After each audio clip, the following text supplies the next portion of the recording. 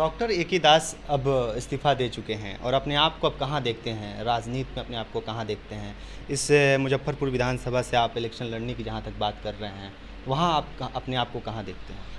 Doctor A के दास जनसुराज अभियान और जनसुराज पार्टी को ज्वाइन कर चुके हैं और जनसुराज पार्टी के जो प्रणेता हैं उनके अधिकारी जो हैं उनका जो भी दिशा निर्देश है उसका हम पालन कर रहे हैं। जनसुराज पार्टी में लोगों ने अपना फॉर्म भरा है इलेक्शन लड़ने के लिए, हमने भी फॉर्म भरा है और जनसुराज पार्टी के लिए जो प्रचार प्रसार है उसमें हम लोग लगे हुए हैं। हम चाहते हैं कि 2025 परिवर्तन का वर्ष माना जाएगा इतिहास में और ये परिवर्तन अगर जनसुराज कर पाएगा तो हमें बहुत खुशी होगी। व्यक्तिगत रूप से मैं आपको यही कहना चाहता हूँ कि जनसुराज पार्टी का जो भी दिशा निर्देश होगा, प्रशांत जी का जो भी दिशा निर्देश होगा, हम उसको एक सच्चे सिपाही के जैसा मानेंगे। अभी दिशा निर्देश नहीं मिला है आपको? दिशा निर्देश फॉर्म भरने का मिला था जो हमने भर दिया है, आगे का दिशा निर्देश क्योंकि आपके बैनर पोस्टर जो लगे हैं उस पे मुज़फ्फ़रपुर 94 विधानसभा क्षेत्र लिखा हुआ है। हमने कहा ना आपको कि हमने फॉर्म भरा है प्रत्याशी बनने के लिए, एमएलए के इलेक्शन लड़ने के लिए, कई सारे लोगों ने भरा है। ये निर्णय पार्टी को करना है कि वो पार्टी किस उम्मीदवार के साथ इलेक्शन में उतरना चाहती है। अब दिशा निर्देश का इंतज़ार है कि जो भी पार्टी निर्णय करेगी हम उनका पालन करेंगे। काफ़ी व्यस्त आप मतलब रहते हैं अपनी ज़िंदगी में, घर परिवार के साथ साथ इस हॉस्पिटल को भी देखना है, फिर राजनीति में भी आप आ रहे हैं। किस तरीके से समाज सेवा कर पाएंगे, किस तरीके से समय दे पाएंगे, जो काफ़ी मुश्किल आपका समय दिख रहा है कि मतलब आपके पास समय नहीं रह रहा है, उसमें आप कैसे समय निकाल पाएंगे? 24 घंटे का समय इंसान के पास, हर व्यक्ति के पास होता है और इस 24 घंटे में उस व्यक्ति पर निर्भर करता है कि वो उसको सो कर बिताए कि काम कर कर बिताए। 24 घंटे में आपकी मर्ज़ी है कि आप उसको कैसे बिताएंगे। अगर इस मुज़फ्फ़रपुर की जनता ने मुझे एक चिकित्सक के रूप में स्वीकार किया है तो वो भी मेरा दायित्व है और राजनीति में मैं आगे जा रहा हूँ तो वो मेरा व्यक्तिगत जिम्मेदारी है कि मैं समाज को सेवा कैसे करूँ। ये वक्त बताएगा कि मैं उस परीक्षा में पास करता हूँ कि नहीं, पर मैं अब जहाँ भी गया हूँ या जहाँ जाता हूँ लोगों ने मुझे स्वीकार किया है। और जहाँ तक व्यस्तता की बात है तो मैंने आपको कहा भी कि ज़िंदगी जो है वो सालों में नहीं गिननी चाहिए, ज़िंदगी को हर मोमेंट्स में गिननी चाहिए कि आपके पास काम करने का समय ही बहुत कम है। कर्म के लिए जो व्यक्ति तैयार है उसके लिए हमेशा समय कम पड़ेगा। तो मैं अपने हर मोमेंट, हर मिनट्स, हर सेकंड्स के लिए जिम्मेदार हूँ काम करने के लिए और मैं उसको करके दिखाऊंगा। मुजफ्फरपुर विधायक की अगर बात किया जाए, वर्तमान विधायक की बात किया जाए, तो उनका आप कार्यकाल को कैसे देखते हैं?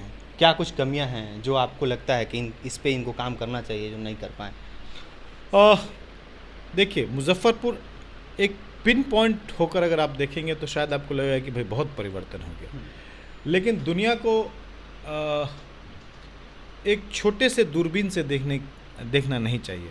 दुनिया को, अपने शहरों को, अपने शहर को, अपने राज्य को, अपने क्षेत्र को एक बड़े से कैनवस पे देखना चाहिए, जहां उस कैनवस पे आप अन्य क्षेत्रों से आप अपने आप को कंपेयर कर सकें।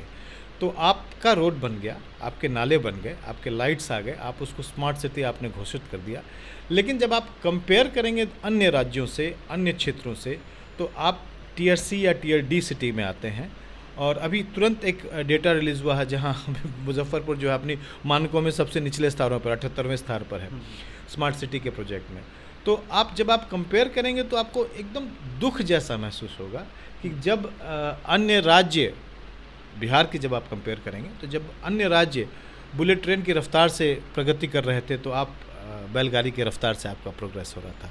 तो ये जो गैप होता है ना, जो स्टैंडर्ड ऑफ लिविंग, जो क्वालिटी ऑफ लाइफ इंडेक्स बोलते हैं, क्वालिटी ऑफ लाइफ इंडेक्स में जब आप देखेंगे तो आप भी बढ़ रहे हैं पर अन्य क्षेत्र ज़्यादा तेज़ी से बढ़ रहे हैं। तो आपके और अन्य क्षेत्रों के बीच में एक बड़ा गैप है और इस गैप को भरने के लिए शायद हमारे जो राजनीतिक आकाएँ हैं उनमें उतनी तत्परता नहीं दिखाई देती है। तो उस गैप को भरने के लिए आपको एक मननशील, प्रयत्नशील सरकार चाहिए। अगर आप मुजफ्फरपुर की कंपैरिजन की बात करेंगे तो हम लोग कई मानकों में बहुत पीछे हैं। ये शहर छोटा सा शहर हो गया है, यहाँ पे 15 लाख से ज़्यादा लोग रहते हैं शहरी क्षेत्रों के अंदर और कई लोग गांव से यहाँ आकर किराए पे रहते हैं, कई लोग गांव से आके यहाँ पे घर बनाकर रहते हैं। तो जितना विकास हमारे इस शहर का होने, ये शहर का अपना एक गौरवशाली इतिहास रहा है। यह सांस्कृतिक धरोहर की राजधानी है, ये शिक्षा की राजधानी रही थी। सर विकास की हम बात कर रहे हैं। सर बात सुनिए, 5 साल का जो मैं- कार्यकाल जो रहा मैं विधायक आपको- जी का, उस पे हम बात आपको कर रहे हैं। 25 साल का इतिहास दे रहा हूँ मैं, आप नहीं, 5 वो साल तो का। सबको मैं आपको पता है। 25 नहीं, आपको जानकारी होनी चाहिए। कंपेयर जब आप करेंगे तो पूरी तरह से कंपेयर करना चाहिए। ये एलएस कॉलेज की जगह है, हम्म, ये बिहार यूनिवर्सिटी की जगह है, ये लीची का शहर है, ये लहठी का उद्योग का शहर है, ये साड़ियों के लिए और कपड़े के व्यवसाय के लिए एक बड़ा शहर है। ये औद्योगिक राजधानी हुआ करती थी। आज वो औद्योगिक राजधानी जो है धीरे धीरे सिमट कर रह गई एक सूतापट्टी नाम की जगह पे, जहाँ पे ठेला और रिक्शा को जाने में भी दिक्कत होती है। क्या हमें एक्सपेंशन की ज़रूरत नहीं थी? क्या हमारा लहठी उद्योग को एक उद्योग के रूप में इस्टेब्लिश करने की ज़रूरत नहीं थी? क्या हमारा शिक्षा जगत जो है, जहाँ अन्य जगहों पे MBA, MCA, BCA की पढ़ाई होती थी, जहाँ प्रोफेशनल कॉलेजेस की संख्या जो है लाखों में हो गई, आप एक मेडिकल कॉलेज के सहारे से पिछले 35 साल आप जीते रहे। आपके पास LS कॉलेज के अलावे एक Mishra institute of business management जो है, बस वो एक रह गया। आपको अपने शिक्षण संस्थानों को बढ़ावा और उसको रोजगार से जोड़ने की व्यवस्था आज भी आप कर गए। आज के युवा आज भी BA और MA करने के लिए जद्दोजहद करते हैं, और जिनको जो आगे की ओर देखते हैं दूसरे शहरों में चले जाते हैं। तो हमें कमाई के लिए, दवाई के लिए, पढ़ाई के लिए, सब चीज़ों के लिए बाहर जाना पड़ता है। तो आप सब पॉइंट्स पे पिछड़ गए। आप जो बात कर रहे हैं, आप एक छोटे हिस्से की बात कर रहे हैं, क्वालिटी ऑफ लाइफ इंडेक्स की बात कर रहे हैं कि आपको जीवन जीने में कितना दिक्कत हुआ पिछले 5 सालों में। तो भाई मेरे, आप एक बार इस छां आप खड़े हैं, 1 बजे दोपहर में आप यहाँ से जूरन छपरा चले जाइए, आपको 1 से 1.5 घंटा लगेगा, जो 15 मिनट में पहुँच सकते थे आप। इतना जाम होता है शहर में। अगर आप मोती झील शहर में जाएंगे तो बीचों बीच एक पुल बना है, और उसके नीचे के दुकानदार जो है आज उनके ग्राहकों की संख्या बहुत कम हो गई है। बाज़ार जो है बिल्कुल ही कंजेस्ट हो गया है, जहां आपको शौचालय जैसी बेसिक चीज़ें जो हैं वो आपको दिखाई नहीं देंगी। जो दुकानदार होते हैं उनको, या महिलाएं होती हैं जो बाज़ार करने जाती हैं, उनके लिए कोई व्यवस्था नहीं होती है। जितने भी शहर के अंदर पोखर थे उनका जीर्णोद्धार करने की सख्त ज़रूरत है, जिस पर कोई काम नहीं होता है।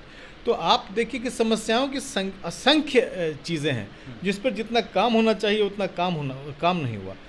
आपकी बातें जो है विधानसभा में रखी नहीं जाती, आपकी बातें जो है संसद में रखने के लिए जद्दोजहद करना पड़ता है। तो आपकी बात जब आपका रिप्रेजेंटेटिव रखेंगे नहीं तो वो विकास होना कैसे? सरकारी तंत्र की सिस्टम आप तक पहुँचेगी कैसे?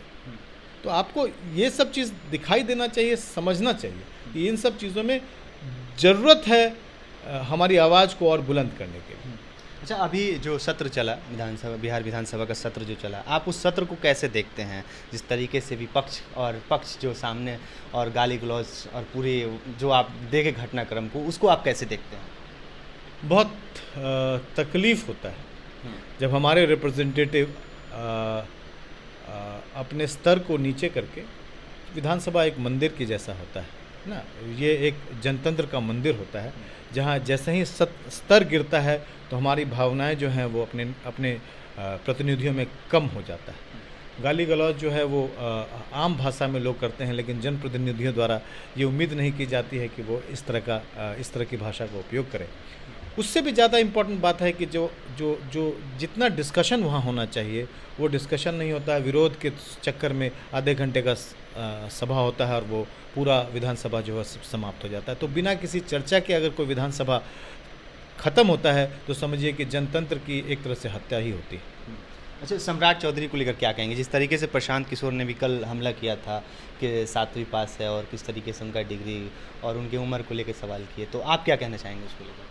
हमारे नेता उसके लिए सफिशेंट है इस तरह की बातों को करने के लिए, और वो आप तक सभी बातें लाएंगे। थोड़ा धैर्य रखिए। उन्होंने कहा कि एक व्यक्ति मूर्छित है, उसको छोड़ दिया जा रहा है, मूर्छा से होश में आएंगे तब उनके बारे में बोलेंगे।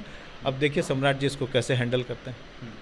लालू जी को लेकर क्या कहेंगे आप? लालू जी को आप कैसे नेता देखते हैं अपने? लालू जी एक ज़मीनी स्तर से जुड़े हुए नेता हैं, जिन्होंने गरीबों को आवाज़ दी, परंतु उनके शासनकाल में उनका शासन जो है वो उनके हाथों से चला गया, और शासन जो है वो जंगल राज में कन्वर्ट हो गया। ये तो सर्वविदित है। तो लालू जी ने ज़रूर गरीबों को आवाज़ देने का काम किया, बहुत सारे ऐसे लोगों को विधानसभा में चुनकर दिया जिनकी आवाज़ नहीं थी, तो उनका बहुत धन्यवाद। परंतु दुनिया को आगे ले जाने की ज़रूरत है। 21वीं शताब्दी है, यहाँ आपको आवाज़ ऐसे लोगों की होनी चाहिए जो समझदार हों, जिनको समाज की समझ हो, जिनका सोच सही और ईमानदार हो। तो 21वीं शताब्दी में संसदीय प्रणाली और राजनीति को परिवर्तन करने की ज़रूरत है। अंतिम सवाल, आप तो अब राजनीति में आ चुके हैं, प्रशांत किशोर के साथ अब आ चुके हैं और ये आपका क्लिनिक है। यहाँ पे जब हम लोग आए तो देखें कि आपका पार्टी का भी बैनर लगा हुआ है और यहाँ पे मरीज भी आ रहे हैं। तो अगर जनता को आपसे मिलना होगा तो यहीं पे आके मिलेंगे या कहीं और? जनता को मिलने की जगह अलग है, वहाँ पे लोग, अभी मैं वहीं से मिल के आया हूँ और लोग मिलते हैं हमसे। ये क्लिनिक है, क्लिनिक में बैनर पोस्टर दिखा इसलिए हम बैनर एक लगा है जो कि ये बताता है कि मैं राजनीति में प्रवेश कर रहा हूँ। हाँ, और आपको इस चैम्बर में कहीं दिखा हो तो बताइए।